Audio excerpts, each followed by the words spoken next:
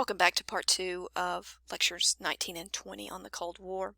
We left off with the discussion of the Truman Doctrine and the United States' commitment to fighting communism abroad.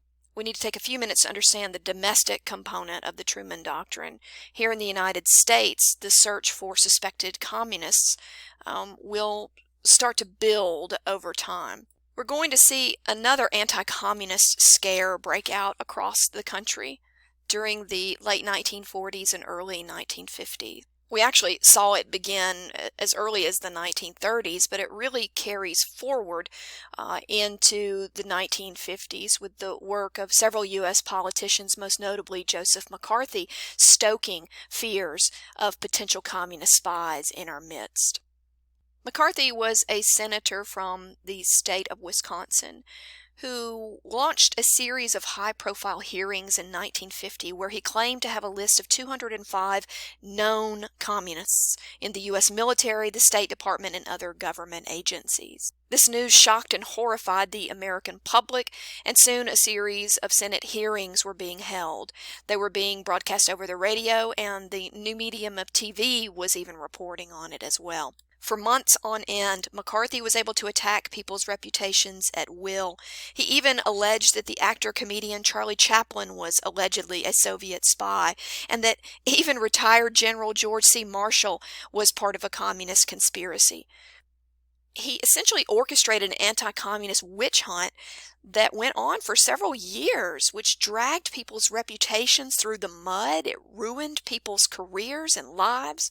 But everyone was so afraid that if they spoke out and said, wait a minute, this is kind of ridiculous, you haven't found any evidence that these people have actually done what you claim they've done, people were afraid that if they spoke out, then they would be dubbed as a potential communist spy. McCarthy's attacks emerged within a climate of political and social conformity. Fear gripped the entire nation to the extent that anything that was even hinted at as being communist or associated with Russia was looked upon very unfavorably. In the end, McCarthy's allegations were all proven to be false, but the damage had already been done. The fate of Julius and Ethel Rosenberg also came to symbolize the excesses of hysteria during the Second Red Scare. The young couple were convicted in 1951 for passing atomic secrets to the Soviets, even though some of the evidence against them was not very strong. Both were ultimately found guilty and convicted to die. They became the first U.S. civilians to be executed during peacetime for the crime of espionage. Abroad, the United States will continue its aggressive defense of Western capitalism against any perceived communist threat. We can see evidence of this with the Marshall Plan, unveiled in 1947. This grew out of the U.S.'s strategy of trying to counter Soviet influence with financial aid to many Western European countries. One of the lessons learned after the Great War was that the economies of Europe, devastated from that conflict, were not able to recover. And we see the rise of numerous brutal dictatorships during the 1930s as a result. In order to prevent some of the ruined economies of Western Europe from doing the same thing after World War II, the Marshall Plan was unveiled. Specifically, the United States did not want countries around the globe to fall prey to communism just because their economies were in shambles. Secretary of State George Marshall proposed a plan, therefore, under which the governments of Western Europe and other countries of the world would agree to coordinate their post-war strategy with the United States in exchange for loans. Much aid was distributed under the Marshall Plan for quite some time to numerous countries, as you can see from the chart that I have here on the slide. Well, despite all the money that's now being pumped into economies around the world from the United States, we will see that tensions in post-war Germany will continue to escalate. And the tensions here will be between the United States and its Western allies and the Soviet Union.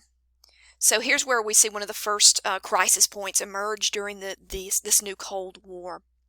Take a look at the map that I have here on the slide. You'll notice that the country of Germany was sort of partitioned after World War II into various zones of occupation. So you have the United States has troops in its particular zone of occupation. You'll notice that France and Great Britain, the other Western allies, have their zones where they have troops on the ground at the end of hostilities. And then you'll also notice that so too did the Soviet Union, which had been approaching from the Eastern Front at the end of the war. Notice as well this inset map, which also shows the capital of Germany, the city of Berlin. Note that the capital city of Berlin also had various zones of occupation between the Allied powers. Well, here's where we must understand that the USSR was alarmed at the prospect of Germany getting back on its feet a little too quickly for their comfort. They had been invaded not once but twice in a period of several decades by Germany, and they wanted to see a Germany that did not rebound quickly from this last major global conflict. In contrast, the Western powers, the United States, France, and Great Britain, were interested in trying to prop up the economy of Germany so that manufacturing could be rebuilt, jobs could be filled again, and that this area would not fall prey to another strongman dictatorship in the future. As these competing visions for post-war Germany continued to sort of cause friction between these powers, we will see the Soviet Union taking a drastic step. The Soviet Union will close off all water and land routes into the capital city of Berlin, Germany in 1948. This will be the blockade of Berlin. Now remember, let's take a look at our map of Berlin here on the previous slide.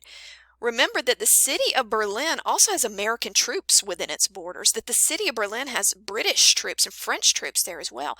So when the Soviet Union cuts off all land and water routes into the city, it traps not only the, innocent civilians of the city of Berlin, but it traps a number of Allied troops there as well, who will quite soon need provisions. They'll need food. They'll need coal to heat their homes in the winter. What the Soviet Union hoped to accomplish by closing off Berlin was to force the Western Allies to back off, not only from Berlin, but from Germany in general. They were so worried about, capitalism taking root in this area that they took this drastic step to try and stop the rebuilding of Germany, basically.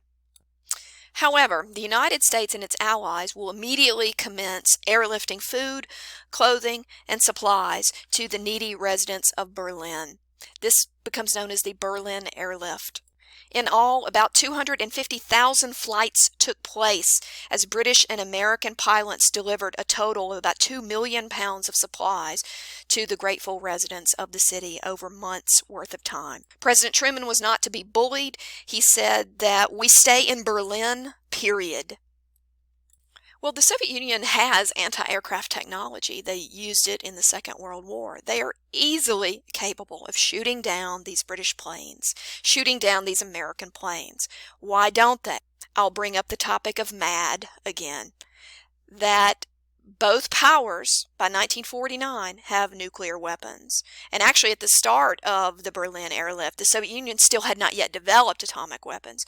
So an overt act of hostility, shooting down an American plane, a British plane, would have immediately triggered a face-to-face war between the Soviet Union and the Western allies. They would therefore risk, nuclear annihilation in a very short period of time. What this means is that over time, the Soviet Union will eventually begin to realize that the blockade's not working, that the Western powers can keep up this airlift indefinitely, and they will finally reopen traffic to Berlin in 1949. 1949 is a momentous year, though, not just because of the Berlin airlift, but because we have some interesting developments internationally. Specifically, we will see that the Soviet Union will develop their own atomic weapons that year. This, without a doubt, rattles the U.S. military community. Now we have weapons parity, a weapon that the United States had solely had for several years.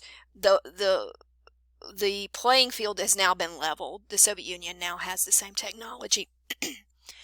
Now it's about how many bombs do you have? How big are those bombs? We start to see an arms race developing on both sides. Also, by 1949, the most populated region in the world, China, has turned into a communist dictatorship under Mao Zedong. This is a nightmare from the standpoint of Truman's advisors. Remember the policy of containment. Now that China has become a communist state, it seems almost inevitable that the doctrine of communism is going to spread even further, especially through Southeast Asia. It's not surprising, therefore, or coincidental that NATO comes into being in 1949, the same year that the Soviet Union gains atomic weapons technology and that China becomes communist. The United States will abandon its policy of isolationism by joining the North Atlantic Treaty Organization, or NATO. This will be a military alliance signed in 1949 between the United States, Canada, and 10 of its European allies. Those countries were initially around the North Atlantic Ocean. That's why it's known as the North Atlantic Treaty Organization. Now, an attack against any NATO power is an attack against them all. In other words, this is a mutual security association. And in a case of tit for tat, we will see that the USSR will respond by forming the Warsaw Pact in 1955, an association of 8 communist states that will also agree to help one another if attacked. Now I want to turn to the post-war period in the United States during the Cold War. Unfortunately, we will see that race relations will remain strained during this period, despite the fact that African American participation in World War II was at an all-time high of 16% of armed forces. Sadly, returning black veterans came back to a life that was unchanged at home, a life that was circumscribed by racism and oppression. While they were fighting abroad for freedom and democracy, they came home to a country that was really more characterized by injustice and repression. In Detroit after the war, there were some 120 episodes of arson, cross burnings, and physical attacks on black families attempting to move into white neighborhoods. In the South, voting rights became an even bigger issue after the war. Mob violence was routine against black veterans.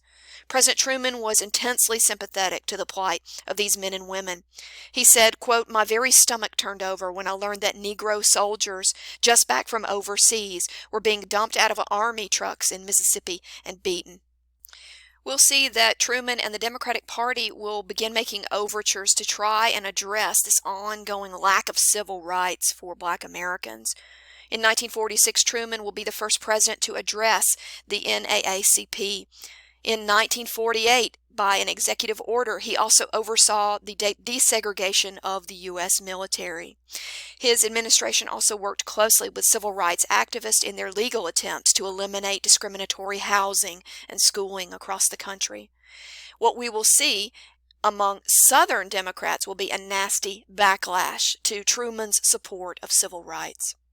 Truman will be running for the presidency in 1948, and we will see the Southern wing of the Democratic Party that espoused, segregation as a good thing, believe it or not. The Southern wing, Southern whites, will break away from the Democratic Party, and they will run a third-party nominee in Strom Thurmond of South Carolina for the presidency. They will label themselves the Dixiecrats, or the States' Rights Party. They will openly denounce any attempts to integrate schools or neighborhoods. They will claim that segregation was a proud tradition in the South and must be upheld. We will see that the Dixiecrat nominee will only garner support among several lower South states. In all, their bid for the presidency was failed. We will see that Truman will earn office in 1948. Fortunately, we will also see some signs of progress in the realm of civil rights when Major League Baseball will finally be integrated in 1947. Jackie Robinson, who had made quite a name for himself in the Negro Nationals League, joined the Brooklyn Dodgers in 1947. Some players threatened to boycott games if he was playing, but the owners of many major league teams, sensing potential profits, put pressure on players to acquiesce to this change. Not long afterwards, other African American baseball stars began to join major league teams, and Robinson's talent quickly became apparent as he was named Rookie of the Year in 1947 and the National League's MVP in 1949. In part 3 of this lecture, we'll talk about the Korean War.